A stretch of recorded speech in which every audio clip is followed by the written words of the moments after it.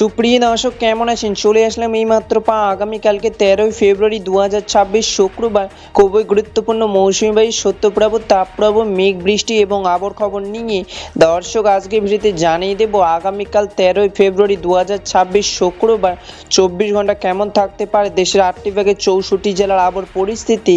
আরও জানিয়ে দেব দেশের কোথাও কোনো বৃষ্টিপাতের সম্ভাবনা আছে কি না। এবার জেনে নিই এক নজরে দর্শক ইতিমধ্যে গত 24 ঘন্টায় আবহাওয়াবিদ দেশের সর্বনিম্ন তাপমাত্রা রেকর্ড করেছেন গোপালগঞ্জে 12 থেকে 13 ডিগ্রি সেলসিয়াস এবং আবহাওয়াবিদ আরও জানিয়েছেন ইতিমধ্যে গোপালগঞ্জ চুয়াডাঙ্গা ও পঞ্চগড় জেলায় আকাশ হালকা মেঘলা এবং আগামী কয়েকদিন অবহিত থাকতে পারে।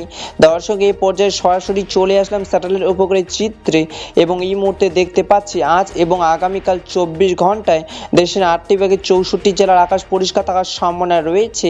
আপাতত 24 ঘন্টায় রংপুরে হালকা মেঘ বৃষ্টি পড়ার সম্ভাবনা রয়েছে। দর্শক এবার সরাসরি চলে আসলাম মেঘ বৃষ্টির স্যাটেলাইট পূর্বাভাস চিত্রে এবং এই মুহূর্তে দেখতে পাচ্ছি আগামীকাল 13ই ফেব্রুয়ারি 2026 শুক্রবার পর্যন্ত দেশের সব বিভাগে মেঘলা আকাশ থাকার সম্ভাবনা রয়েছে।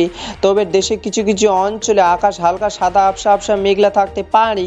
দর্শক এবার সরাসরি চলে আসলাম তাপমাত্রা স্যাটেলাইট পূর্বাভাস চিত্রে এবং এই মুহূর্তে দেখতে পাচ্ছি আগামীকাল 13ই ফেব্রুয়ারি 2026 শুক্রবার সকালের দিকে দেশের সর্বনিম্ন তাপমাত্রা থাকার সম্ভাবনা রয়েছে সিলেট বিভাগে সিলেট, মৌলভীবাজার, হবিগঞ্জ, সুনামগঞ্জ এবং রংপুর বিভাগের রংপুর, দিনাজপুর, কুড়িগ্রাম, গাইবান্ধা, নীলফামারী, পঞ্চগড়, লালমনিরহাট, ঠাকুরগাঁও এইসব জেলায় 25 থেকে 28 ডিগ্রি সেলসিয়াস থাকার সম্ভাবনা রয়েছে।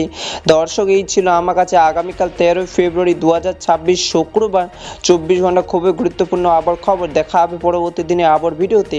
ততক্ষণ পর্যন্ত সুস্থ থাকুন, ভালো থাকুন, ধন্যবাদ।